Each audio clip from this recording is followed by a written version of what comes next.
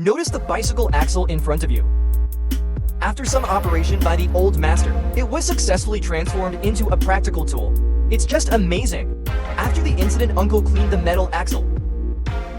He took out 2 more planks and a few wooden blocks. Fix the wooden blocks to the front of the stage first. They punch holes in the top. Shoot it through. After the surface is marked, cut along the markings. Remove the excess above the wooden hole. A groove is processed. Make sure you can hold the metal axle just right. We drill holes along the edges with an electric drill. Screw in. Secure the ring firmly. Apply glue to the surface of the board. Fix the wooden block to the middle position. Apply some glue to the right side as well. Fix the block. Then flip over. Punching holes with an electric drill. Screw the screws separately for reinforcement. Make this effect. Continue to apply glue to the surface.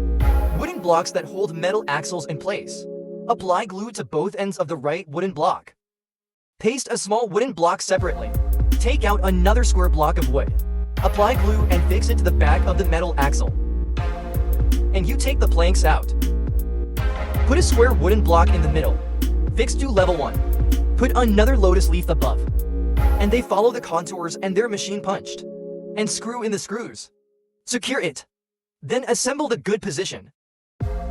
First mark the punching position with the tool. Then punch holes along the drawn marks. And snap the screws. Secure the 2 wooden blocks with lotus leaves, so the board at the top can rotate freely. Make this effect. And I took out a drill. On the right platform. The middle is set on the metal axle. Condensing screw. Secure firmly. Prepare another metal clamp to put on the electric drill. Punch holes on both sides. Screw some screws in turn. Secure the electric drill. Then turn on the power. Start the electric drill for testing. Ensure that the electric drill can operate normally. At this time, you can put a gasket on the left side of the metal axle. Load metal saw blade. And screw in the nut. Secure it. After all are completed, start the drill. Flip the board over. Cut the gap. Expose the saw blade. Go here. A table saw modified with an angle grinder and you're done. Not only simple, but also practical, and it worked really well. So creative. So how are you guys feeling?